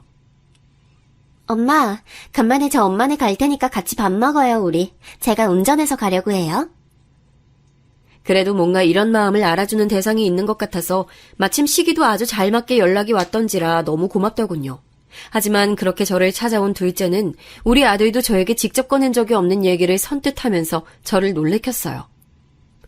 엄마, 우리 이제 용진이도 어린이집 다니기 시작하는데 슬슬 이사도 가고 해야 할 것 같아요. 그래서 말인데 저희 조금만 돈 보태주시면 안 될까요? 오빠는 그런 얘기 엄마한테 못하겠다고 자꾸 말려서요. 그런데 진짜 제 주변 엄마들 다 서울로 나가더라고요. 이제 집값 너무 올라서 이번 같은 타이밍 아니면 다신 서울로 못 나간대요. 마지막 타이밍이란 말이 있더라고요. 엄마가 조금만 도와주시면 안 돼요? 네? 이 무렵 아들들 각자 직장이나 사업 사정이 좋진 않아서 영 살림이 시원찮긴 했어요. 제가 어느 정도 재산이 있다곤 하지만 무턱대고 그때마다 경제적으로 채워주고 싶진 않더라고요. 그런데 선뜻 둘째가 와서 이런 얘기를 꺼내니 좀 당황스럽더라고요. 전 곧장 거절을 했답니다. 당연히 둘째 반응은 좋지 않았어요. 그렇게 이사를 가야 할 정도로 갈급하면 애를 맡겨두고 일을 해서 돈을 모으던가 했어야지. 아이, 준비된 때에 결혼하라고 해도 니들이 그 시기에 했잖아. 얼마 전에 니 살림 보태주라고 준 돈도 적은 돈 아니야. 다들 그렇게 사는 거지. 남들이랑 형편을 어떻게 다 맞춰가면서 사니. 이 말에 둘째는 바로 시무룩한 표정이 되더니 계속 꽁얼꽁얼 불만을 얘기했지만 더더욱 들어주기 싫더라고요. 그래서 전 더 허해진 마음을 안고 그냥 일어나서 자리를 피했습니다. 집에 와서도 어찌나 속상하고 서글프던지 이런 일이 아니면 얘가 굳이 여기까지 올 일도 없구나 싶어 허무하더군요. 그 뒤로 둘째도 기분이 상했던지 연락도 잘 안 하고 다 같이 만나는 명절 때도 눈도 안 마주치려고 하는 거예요. 참 이래저래 저는 시어머니한테 잡혀 살던 시대였는데 며느리 눈치까지 보며 살아야 하는 세대가 된 것 같아서 속상했습니다. 그런데 그리 머지않아 저는 결국 그 돈을 대주었고 얘네들이 서울에 집을 얻도록 해줬네요. 이렇게만 놓고 보면 잔뜩 삐진 저 모습을 달래주느라 또 그랬냐고 생각하실 텐데요. 절대 그런 이유가 아니었어요. 그럴 수밖에 없는 답답한 사연이 있었답니다. 둘째 아들로부터 연락을 받게 된 거예요. 첫 마디부터 제 가슴이 쿵 떨어지게 하는 말이었어요. 엄마, 저기 용진이가 많이 아파요. 정신이 없어서 요즘 연락도 못했네요, 엄마. 뭐? 어디가 어떻게 아픈데? 그게 의심되는 소아 무슨 병 같은 게 있어서 말이에요. 이 동네 병원들은 다 시원스럽지 않더라고요. 서울에 있는 큰 병원에 가라고만 하고 요 몇 주간은 용진이 엄마가 운전해서 서울까지 왔다 갔다 했는데 저도 계속 야근하느라 챙기질 못했어요. 용진이 엄마도 저한테 불만 장난 아니고 아파서 축 늘어져 있는 용진이 보니 저도 마음이 안 좋아요. 저도 이제 자식 생겨보니 엄마 마음이 이해가 되네요. 여기까지 들어놓고서 안 그래도 마음이 썩 시원치 않았던 저는 큰 결심을 한 거예요. 돈이 없다면 모를까 보태줄 여력이 되긴 했었는데 어디까지나 쉽게 돈을 쥐어주고 싶지 않았거든요. 그런데 사정이 이렇게 됐다는데 어떻게 주지 않을 수 있겠어요. 손주가 그렇게 아픈지도 몰랐고 며느리가 주말마다 운전해서 큰 대학병원에 피검사 받으러 다니고 결과 보러 또 가고 원인도 시원치 않은 병명 때문에 고생한다는 얘기를 들으니 갑갑하더라고요. 먼 지방에서 저렇게 차로 운전해서 왔다 갔다 하고 자그마한 모텔을 얻어서 지낸다고 하니 조바심이 났어요. 결국엔 서울에 집을 얻어줬고 둘째네 애들 다 와서는 나란히 저에게 인사를 하더군요. 일단 둘째 며느리는 마냥 그렇게 울기만 하면서 저한테 고맙다고 하는 거예요. 엄마, 너무 감사해요. 정말 엄마가 이렇게 도와주시지 않았으면 용진이 데리고 매번 왔다 갔다 할 뻔했어요. 정말 감사해요, 엄마. 그래, 난 그런 일이 있었는지도 몰랐어. 알았으면 진즉 나섰을 거야. 네가 정말 고생이 많다. 이런 모습을 보니 저도 그간 내심 서운해했던 응어리가 풀려나가기도 하고 이렇게 될 거 진즉 해줄 걸 그랬단 생각이 들더군요. 그리 대단하게 넓고 좋은 곳도 아니고 24평 정도 되는 작은 아파트를 얻어줬거든요. 그렇게 다니는 중에 손주도 정확히 검사를 거치면서 특별한 병은 아니고 그저 열치레를 했다는 것만 알게 됐고요. 이때 완전히 안심을 하게 되면서 이제 정말 우리 가족들이 행복하게 사는 날만 남았다 싶었어요. 그래서 다 같이 둘째네 집에 모여서 한번 식사도 했는데 한 가지 걸리는 것은 이때 큰며느리의 반응이 약간은 시큰둥해 보였다는 거예요. 사실 이러저러한 사정에 있어서 둘째네 집을 서울로 얻어준 건데 그냥 제 느낌인지 모르겠지만 좀 서운해 보이더군요. 어머, 용진이 일이 있어서 집을 얻어주셨던 거예요? 그렇구나. 아니 저는 저번에 이 사람이 사업 확장한다고 얘기했을 때 아니에요, 어머니. 별 얘기 아니에요. 이 부분이 저로서는 조금 걸리는 게 큰아들이 부업으로 뭔가를 해보고 싶다고 제게 말한 적이 있었어요. 그때 큰며느리까지 집에 찾아와서는 부부끼리 같이 해보려고 하는데 자금이 부족하다 했었거든요. 그때 저는 너들끼리 알아서 해결하라고 거절했었고 얘네들도 그럭저럭 수긍을 했었답니다. 그 뒤에 이렇게 된 배경을 보고 내심 그때 생각을 하고 있었나 봐요. 아무튼 서운하게 생각해도 별 수 없고 다 사정에 따라 인생이 이렇게 흘러간다고 여기기로 했어요. 하지만 인생은 여전히 저에게 녹록지 않았으니 도통 이제 괜찮다, 쉬어가도 된다며 안심을 시켜주질 않더라고요. 왜냐면 얼마 안가 저를 좌절하게 만드는 사건이 또 터져버렸기 때문이에요. 평소에 음식 솜씨가 막 좋은 건 아니지만 제 김치는 아들들이 꽤 좋아하는 편이었거든요. 서울 사는 며느리들 불러서 할 생각은 당연히 없었고 그다지 많지 않은 부피로 김장을 하고 있었어요. 그런데 이것저것 들고 옮기며 하다가 허리를 아주 크게 다치게 된 거예요. 이때 급한 대로 근처 사는 아줌마며 미용실 아줌마며 닿는 대로 다 연락을 해서 응급실을 갔어요. 하지만 여간 엉망이 된 게 아니었나 보더라고요. 지루한 시간들을 지나 결국 수술을 해야 한다는 결론에 이르렀고 이 지역은 안 되고 서울에 있는 병원으로 가게 됐어요. 당시 미용실 아줌마나 제 주변 아줌마들은 입을 모아 다 하나같이 저렇게 말했고 저도 이견은 없었답니다. 그런데 상황은 전혀 그렇게 가주지 않더라고요. 언닌 뭐 걱정할 게 있어? 노년에 돈도 있겠다. 아들들이 있고 며느리들이 있고 다들 그 좋은 서울집에 살고 있겠다. 아이 거기서 떵떵거리면서 병원에서 요양하면 되는 거 아니야. 아우 부러워. 우리 애들은 내가 전화하면 받지도 않고 그렇게 돌려버리더라고. 아우 자식 농사를 언니처럼 지어야 했어. 그래야 늙어서도 큰 소리 땅땅 치고 살지. 그런 말을 들으면서 내심 그렇게까지는 아니라고 생각했지만 아들들이 저를 데리러 왔을 때 흐뭇한 마음도 있었어요. 며느리들이야 살림하고 애 챙기느라 못 오긴 했었지만 당연히 서울 쪽으로 올라가면 저를 신경 써줄 거라고 생각했답니다. 그런데 제가 있는 곳으로 면회를 놓은 며느리 둘은 평소 제가 그들에게 각각 따로 갖고 있었던 서운함을 다 잊어버릴 정도로 황당한 장면을 제게 보이더군요. 서운함이 다 가시게 해줄 정도로 정넘치는 모습을 보여준 게 아니라 이 모습을 제가 살던 동네 친한 미용실 아줌마들이 못 본 게 다행일 정도로 너무나 수치스러웠어요. 어쩜 이렇게 하나같이들 저한테 이럴 수가 있나요? 저의 거초나 간병을 두고 나온 화제를 듣자마자 둘 표정이 싹 변하더군요. 그러면서는 말 많은 둘째가 먼저 소리를 내는 거예요. 형님이 간병하세요. 아직 애기 없으시잖아요. 저 용진이 아직 여기저기 아픈 데 많고 신경 써줄 데 많아서 안 돼요. 형님이 어머니 봐주세요. 그러자 큰며느리는 도끼 눈을 뜨면서 바로 둘째를 노려보는 거예요. 동서, 지금 말장난해? 언제는 엄마 거리면서 서울집 받아낼 땐 언제고 무슨 이제 내외하듯이 어머니 소리 하는 거야? 나보고 못 쉬라고? 자기 진짜 웃기다. 내가 애 낳기 싫어서 안 낳았어? 어쩜 그렇게 말을 버르장머리 없이 해? 노인네 모시려고 하니까 아주 눈 뒤집어져서 되는 게 없어? 애 있는 게 벼슬이야? 저는 이때 생각지도 못한 반응이 쏟아져 나오는 것을 보고 기함할 수밖에 없었어요. 그렇지 않나요? 순간적으로 머릿속에 마치 사진을 찍어둔 양 제가 우리 동네 아줌마들한테 자식들 얘기를 했던 장면들이 휙휙 지나가더라고요. 대놓고 자랑은 아니지만 그래도 은근히 자랑으로 여기며 그런 마음을 적당히 숨겨가며 아들 며느리 자랑을 했던 모습들이 떠올라 더 얼굴이 뜨거워지고 심장은 쿵쿵 뛰고 수치스러움이 밀려오기 시작했어요. 형님이야말로 말장난하시냐고요. 저 용진이 돌보고 챙기고 얼마나 아침에 눈 뜨자마자 바쁘게 사는지 모르시잖아요. 애 따라다니면서 종일 아주 죽겠는 사람한테 어떻게 어머니 간병하라 왔다 갔다 하라는 거예요. 그리고 형님이 장남 며느리시면 형님이 책임지셔야죠. 이렇게 쏟아내는 둘째 며느리 반응에 큰 며느리는 팔을 걷어붙이며 아주 뛰어들 기세로 반박하더군요. 나는 놀아? 난 노냐고. 나도 우리 신랑 뒤치다거리하고 바쁜 사람이야. 요즘 같은 세상에 큰 며느리만 다 하라는 법이 어딨어? 그러는 동서는 장남 며느리 아니고 둘째 주제에 집은 왜 받았는데?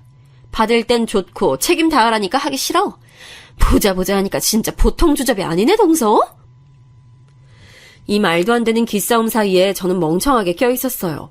당연히 둘 중 하나가 아니면 서로 교대로라도 저를 간병해주거나 지들 집으로 모시고 갈 거라고 생각했었는데 말이에요.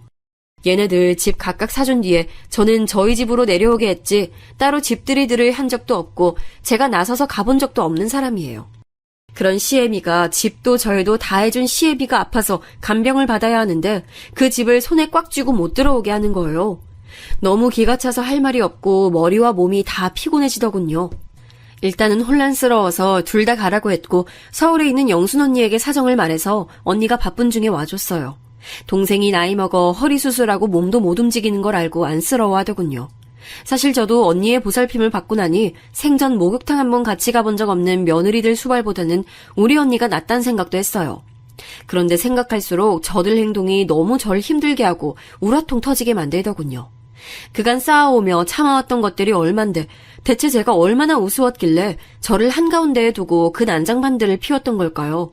참다 정말 너무 억울하고 한맺혀 잠이 안 오던 새벽에 언니에게 이런 얘기를 털어놓았어요. 늙음하게 손녀 손주들 돌보고 있던 언니는 이 얘기를 듣고 깜짝 놀라서는 왜 그런 꼴이 되었냐며 화를 마구 내는 거예요. 에라이 미친 것들. 너 그것들 싹 다 쫓아내. 안 그래도 시이모가 왔는데 코빼기도 안 내비치고 있는 내내 전화 한 통도 안 한다 싶었다.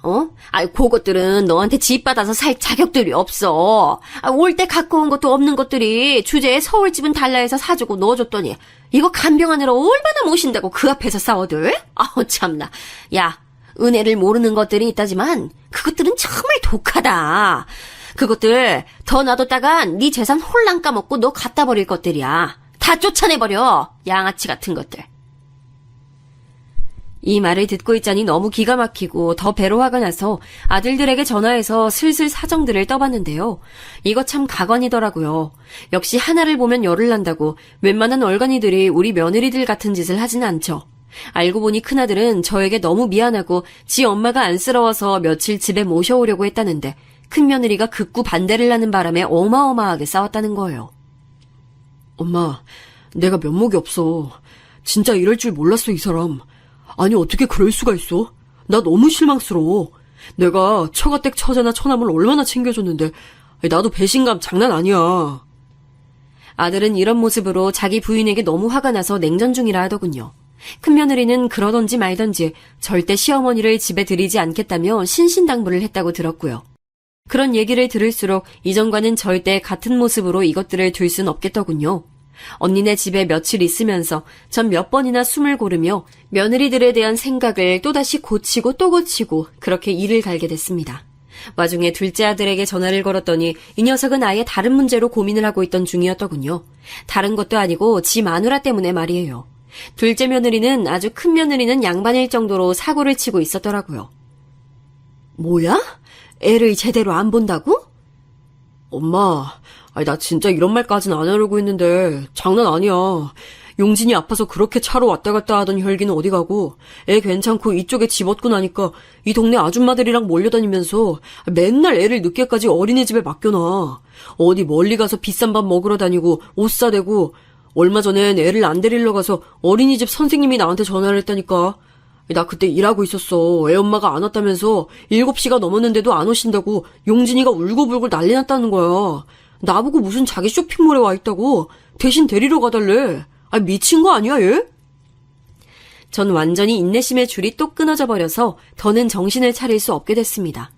일단 허리가 조금 가라앉은 것 같아서 그대로 둘째네 집으로 이동했어요. 역시 가보니까 며느리는 집을 비우고 밖으로 싸돌아다니고 있어서 그런지 집이 아주 개판인 거예요.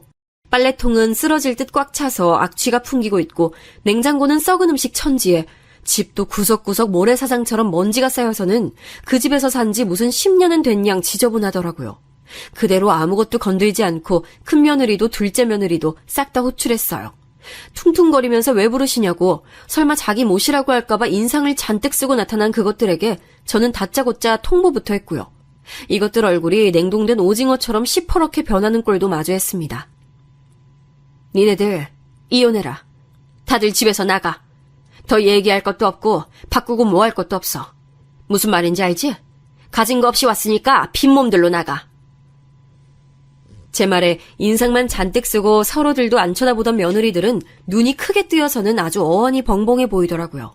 차마 뭐라고 말을 못 대고 있길래 이어서 말했어요. 내가 니들한테 뭐 그리 많은 걸 말했냐. 아파 죽겠어서 서울에 다니러 왔고 그거 좀 봐주고 니들 집에 한 며칠 있다 간다는 걸 그렇게 귀신 보듯 즐거버려 돼? 니들 필요할 땐 헤헤 어머니거리면서 니들이 수고할 생각하니까 그렇게 싫어서 죽일 듯이 싸워대? 나도 니들 싫어. 니들을 가족이라고 생각해서 집도 못 내줬더니 돌아오는 게 이 꼴이면 차라리 이참에 찢어지는 게 나아. 잔말 말고 짐 싸서들 나가 얼른. 제 말에 둘째는 그 큰 눈에 눈물이 그렁그렁 맺혀서는 아니라고 제 발을 붙잡지 뭐예요. 아주 가증스럽게 말이에요. 엄마 왜 그러세요? 이혼이라뇨. 화나신 건 알겠는데.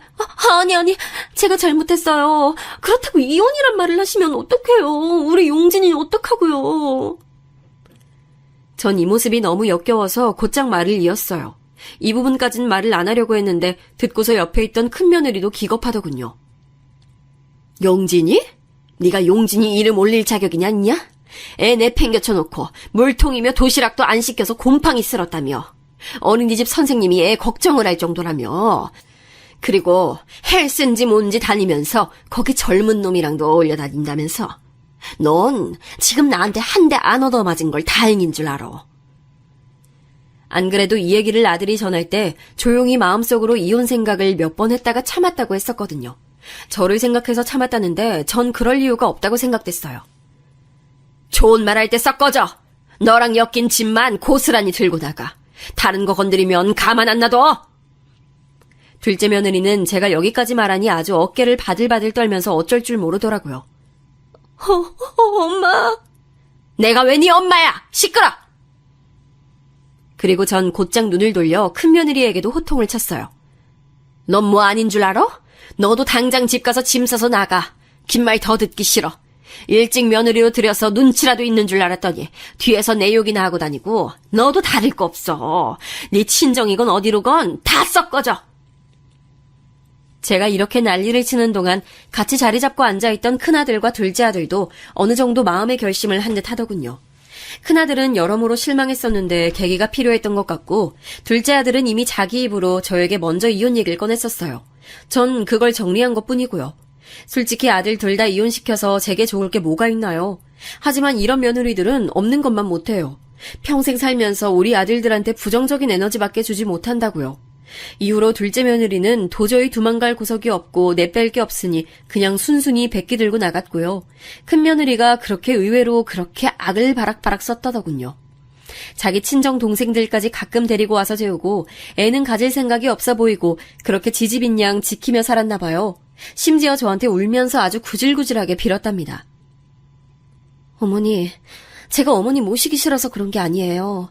사정도 있고 저도 몸이 안 좋아서 도저히 모실 상황이 안 돼서 동서한테 부탁하려고 했던 건데 동서가 자꾸 싫다고 하고 제 속을 긁으니까 감정이 안 좋아서 그런 거예요. 그렇다고 이혼을 하라고 막 그러시면 저도 너무 서운해요, 어머니. 서운하면 서운한 거 풀 생각하지 말고 각자 갈 길 가자. 넌 네 갈 길 가. 난 나대로 내 아들이랑 집 그대로 찾아와야겠으니까. 시간 더 끌지 말고 나가. 연락도 하지 말고. 이리하여 시간차를 좀 두고 두 며느리들을 다 싹 다 쫓아내버렸어요. 돈 갖고 어설프게 사람 갖고 놀고 간 보는 것들은 돈으로 회초리질을 해줘야 되는 게 맞아요. 제가 워낙 돈 때문에 서름이 많았어서 애들은 고생 안 시키려고 했더니 정작 우리 애들은 둘째치고 그 배우자랍시고 들어온 것들이 누리고 앉았네요. 경제력 없이 온 것이 안쓰러워서 잘 챙겨주려고 했는데 그 위에 앉아서 더 저를 골리고 있으니 다 끊어버려야죠. 다시는 어떤 구석으로든 엮이고 싶지 않은 망할 것들이에요. 나중에 아들들한테 며느리라는 것들 근황을 들었는데 큰 며느리는 아주 지네 친정 식구들이 돌아가면서 전화를 걸어대며 우리 아들한테 빌고 있다나 봐요. 좁아터진 닭장 같은 집에서 다시 모여 살게 생겼다며 우리 누나, 우리 언니 좀 봐달라고 말이에요. 이 얘기 들으니 더 어이가 없을 뿐이고 지난달에 듣게 된 둘째 며느리 근황은 더 기가 막힌답니다. 아픈 애며 지 남편이며 놔두고 젊은 남자랑 돌아다니더니 그 남자가 글쎄 이혼 얘기 도는 거 알자마자 대책에 버렸다더군요. 이것들이 감히 저한테 전화질을 못하고 만만해 보이는 우리 아들들한테 전화해서 울고 짜고 비굴하게 빌어대고 있나 봐요. 저는 손주 문제 때문에 둘째 아들과 살림을 합치기 위해 이곳에 올라왔고 큰아들은 기존에 살았던 집을 정리하고 새로운 터로 이사를 갔어요. 해결할 것들이 좀 남아있긴 하지만 며느리 둘 다 쳐낸 거 생각하면 큰일도 아니고 아무쪼록 시간이 모든 걸 잘 해결해주기만을 바래요. 이야기 들어주셔서 감사합니다.